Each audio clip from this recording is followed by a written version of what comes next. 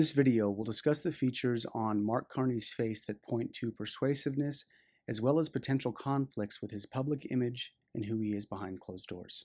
Enjoy. In today's face reading, we are looking at Mark Carney, who is going to be the next Prime Minister of Canada after Justin Trudeau.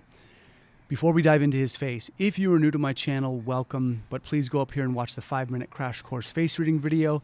Face reading is a branch of Chinese medicine, and there will be some terms and terminology that I will likely use in this video that you will likely be unfamiliar with and you might get lost. So again, it's a good thing to go watch that video if you're new.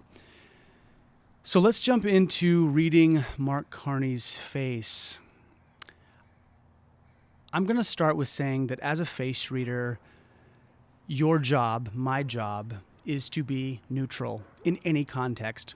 I especially stress this with political figures because in this day and age, in the current global culture, people are very reactive when it comes to politics, and people's perceptions of one party or another really color what they think about people.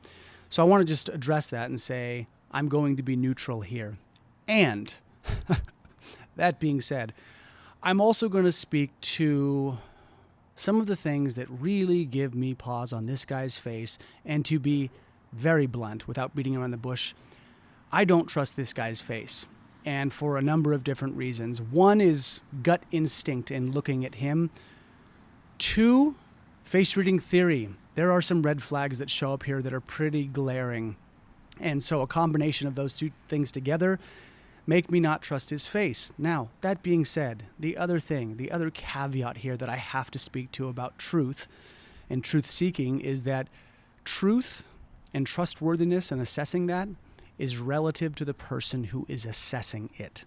So what I mean is, in a hypothetical situation, if you were put into a situation where someone said you've got to leave your kid, your pet, or a loved one, or all of them, with one person out of this 20 faces over here, there's 20 people, you've got 30 seconds to pick who you're going to leave this person with, your pet with, or your loved one with. Who you pick for that exercise and who I pick might be different, because trust is a lot about energetic reciprocation between two souls. Their balances and imbalances linking up with another person's balances and imbalances, and sometimes they just fit. So two criminals might be able to trust each other in a completely different way than two regular everyday people who are not criminals. What I'm saying is, my sense of not trusting this guy doesn't necessarily need to influence your impression of him. I'm speaking about me and myself personally, and that's it. So, you also can't fully assess this without talking to somebody face to face. That's really ultimately the guiding metric, which I cannot do. So I could be wrong here in my assessment, but then again, I might not be. Let's talk about his features, the things that really give me pause, the things that make me question whether or not he is trustworthy. And for the record, again, this has zero to do with his political leaning. I don't care if he was left, centrist, to the right, doesn't matter. This guy could be an airline pilot, and I'd be saying the exact same thing. So, let's talk about congruency. A lot of you, if you watch my content, you're going to hear me talk about congruency. Congruency between facial features and how the life force is being expressed in a person's life terrain. Congruency between the public persona and inner persona, the left and right sides of the face. Congruency of wrinkling, okay, on both sides of the face and in certain places. Congruency is good. Congruency points to things linking up and the rubber meeting the road appropriately. When we see lack of congruency, when we see stark differences in areas on the face, glaring differences in terms of wrinkling on the left and right, glaring differences in the public persona and inner persona when the left and right sides of the face are mirrored, when we see that, this should give us very real and serious pause in the face reading spectrum, because what that means is there is something out of balance. And yes, Eastern philosophy is pretty big on balance. This is where the yin-yang symbol comes from. A proper allocation of light and dark moving together, harmoniously reciprocating one another and playing off of one another to maintain universal order. When we see stark differences and lack of congruency, it should give you pause. And the more stark those differences are, the worse off it is. The more you want to be like, whoa, time out, let's reassess the playing field. I'd like you to look at Mark Carney's face from the nose down. And specifically what I want to address and talk about here is this nasolabial groove on the right side here, and then the wrinkle that shows up right here on his left side, this little droop, okay? These lines on both sides are called purpose lines. This relates to how you feel about your purpose in the world. Whether that purpose is big or small doesn't really matter. It's just about your relationship to it and you feeling aligned with it, and that being sort of a forefront theme in your life. Now, these lines here, when they show up, are called disappointment lines because they're like a frown, right? Pretty basic, pretty rudimentary. What's interesting about him is the nasolabial groove is only on the right side. The left side is considerably more faint. That's weird. I haven't seen that. I don't think ever. That's one. Two, the same thing happens in opposition on the other side. The disappointment line is only on the interpersonal side. So this now takes us to the left and right sides of the face. The right side of the face, okay, where his deeply grooved line is on the purpose side, that's the public persona side. That's what you show the external world. The right side of the face relates to who you show at dinner parties, who you show on a first date, who you are on camera at a press conference. That's the right side of your face. The left side of the face relates to the inner persona, who you are behind closed doors when you can say what you really want to say with friends and with close people with no repercussions. That's the left side. His public persona purpose is deeply grooved, which means the things he's talking about in face reading speak, what this would translate to is who he's showing the world is very purpose-driven and he feels very aligned with it. What he's showing the external world has purpose and meaning. The left side, the interpersonal, says, actually, no. Deep down at an interpersonal level where he feels it, not so much. In the political sphere, that kind of reading, that kind of marker, I'm like, that's problematic for me because that could go sour real quick. The disappointment only showing up on the left side, the interpersonal nature there, that's sort of the marker for pessimism, having a negative outlook, being bummed out, having some resentment for things not going your way. So to have the public purpose be shiny and glitzy and then the interpersonal disappointed, and how this wrinkle shows up connected as a visual. So the right side cut here, line through here, and cut here. It's almost like a bladed boomerang. It almost looks like a scythe, like the Grim Reaper's tool, a blade here and a blade here. And so when they talk about these wrinkles that show up on the river of life, they call them flying daggers. When you see blade-like imagery, things that make you think about weaponry or swords or blades or something sharp, the face reading gods would say, pay attention to that because it can cut you. He's got this on the lower portion of his face. Okay, the lower portion of the face relates to the 50s and beyond, which means this imbalanced pathology, according to face reading theory. Again, I'm not speaking explicitly saying here that I'm right, but I'm just going by the book here. When that happens, it means these disharmonies are really going to show up like 50 and up. So, I don't like that. That gives me pause in looking at his face. The other thing we have to look at in face reading is one of these things. I made a video a while back, Know a Trustworthy Face in 30 seconds, how to know a trustworthy face. You can go up here and watch that if you'd like to. One of the things that I talk about in that is the nature of smiling, and in a lot of my content I talk about smiling. When a person gives you a full smile, teeth showing, wrinkles showing, the full smile, fully expressed, you are looking at the fire element embodied. That is pure fire energy coming out of the face, and the fire energy houses the spirit or the soul of a person. Henceforth, when a person smiles at you fully and they give you that full grin, if that grin gives you a good feeling, that's a green light go. Likely trustworthy. If the person smiles and you get a bad feeling, it means red light, stop, or at the very least pause. I pulled up a bunch of pictures here of Mark Carney smiling. Every single one of these pictures gives me a bad feeling. Again, this is my take. You might look at his face and say, he is the sweetest looking guy on the entire planet. Let's have him over for dinner, and Godspeed to you. No judgment. have at it. Welcome to humanity. People see things differently. But for me, it's a hell no. That face, those smiles, I don't like. Something in there doesn't feel right, does not sit right with me. That's me, personally. Again, I could be wrong. But there's something, for lack of a better way to put it, something in there that looks mean, kind of vindictive, and like there's an ulterior motive. There's something else going on here. That smile feels like a hidden something that I don't like. It doesn't sit well with me, and that's the other kind of like big theme. There were 3 primary themes that gave me pause with his face. The first one was these wrinkles here. This second one is the smiling component. And the third one is the energy of the chameleon. I don't talk a lot about animal totems or animal expression in people in face reading, but it is definitely a part of how I look at faces. When I see an animal theme or some kind of feature come up with a person that reminds me of a tiger or a bear or a hawk, I think about these things because animals have faces. We are a part of the natural world. So are they. There's some crossover there, and that's why animal totem lore and mythology and spiritual stuff exists in the world.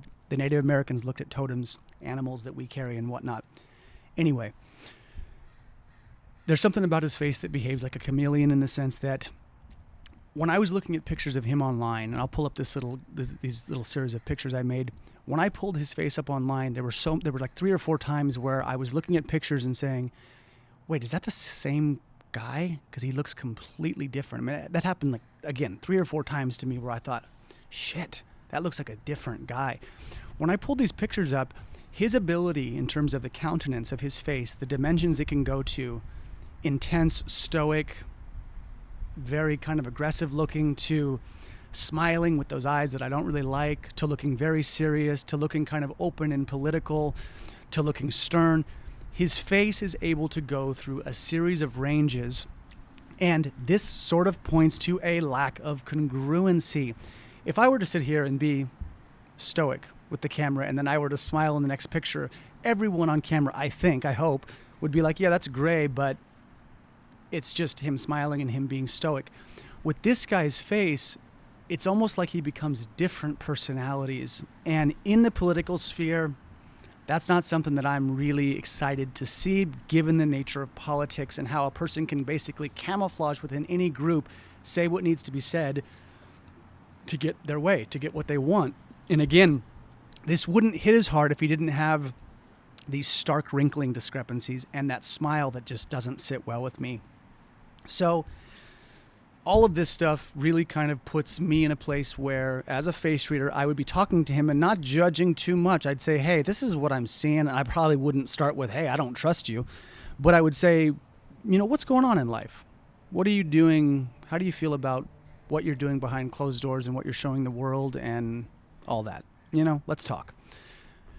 Now, he's also got some highly auspicious features, and that's the way it goes. A lot of powerful people will often have quote-unquote lucky features. So he's got great smile lines, the joy lines, which means whatever he's doing, he's enjoying it, most likely. Joy and fulfillment in that area is online. It's working well for him. He's also got very connected forehead lines. This is a person who is persuasive. This is a person who is articulate. This is a person who can put their ideas together very well. The storyteller lines, as I call them.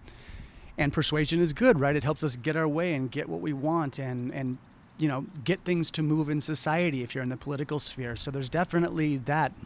He's also got the classical rectangular wood-shaped face, which is all about political energy, the general telling people what to do. So in terms of like where he's placed in his life and what he's doing, his features are also very congruent with where he is. So there is congruency there, and he's got features that are very helpful in politics. So he's got some great things there. His eyebrows are super interesting to me because, the negative side of eyebrows when they're bushy is that the anger expression, frustration, and volatility can kind of come out into the world. His eyebrows are kind of wily. They're kind of wild. Like when you look at him up close, it looks like he either shaves, it looks like they're super bushy and crazy and he actually shaves them. And there's some kind of irregularity in the eyebrows, which means sort of, an irregularity in terms of how frustrations and irritabilities come out of this guy. So I'd have to do a little more digging and talk to him and kind of see all that stuff. But again, just kind of interesting. The last piece I'll leave you with is his natural face, public persona, and inner persona, but I want to give you a little disclaimer here.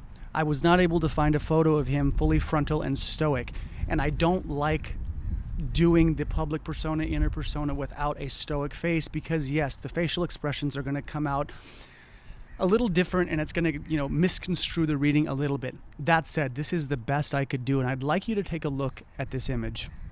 His natural face, now mind you, he is mid-talking, it looks like, and he's kind of making an expression, so it's not symmetrical. But I want you to look at the difference in the energy between both sides of his face. I want you to look at the purpose lines on the public persona side. Look how deeply they are carved in, and look at the inner persona side and how those purpose lines are very faint and just starting to form. Also, if you look at these two faces on the public persona and inner persona, even though it's straight on, even though it's symmetrical, look how different the faces look. This is the chameleon. These are two different people, essentially. They don't look like the same guy. And when we see that, it's like, yeah, pause, time out. Let's regroup here. What the hell is going on? And that's the vibe I get from this guy. So, if I was a political advisor for the current administration, which is currently Trump, and if it had been Biden, I'd be saying the same thing. Whoever was in office, I'd be like, watch this guy like a hawk. When he says something, yeah, by theory, it looks like there could be some ulterior motives. Like, play your cards close to your chest, and do not, under any circumstance, underestimate this guy. This guy looks like, if I'm right about the pathology, and I could be full of shit, you guys, I could be wrong. This happens, right? And I'm happy to be wrong. It's all right. I'm not going to lose any sleep if I'm wrong. But I'd say be really careful, because this guy could likely, pull a 180 on you, and it looks like he has likely masterful expression of it too. These wrinkles are deeply carved. The face is very set, and it's also highly fascinating. I can't tell you how long I looked at this guy's face. I had to make so many different pictures. I have 21 pictures of this guy. Typically I have 8 or 9. There was so much going on in his face, and I spent a lot of time looking at his face, even when I was done with all of the stuff, the video making shenanigans that go with this. I just sat there and looked at his face and was like, what in the hell? I have never seen anything like this. So when a face does that, it also means they've got a lot going on. There's a lot of energy, and likely there's a lot of influence, So again, this is my read on Mark Carney.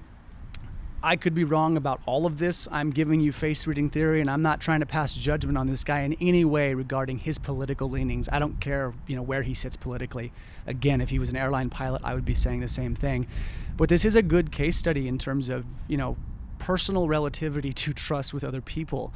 I have to speak to what I feel, and this guy gives me pause. Like I don't know what's in store for Canada, what's going to go on, but I would say, fasten your seatbelt. There's potential, at least from face reading standards, that there could be some things that, maybe aren't great.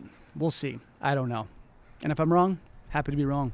Wouldn't be the first time, won't be the last time. All right, y'all, if you have questions, comments, whatever, please put them down below. Thanks.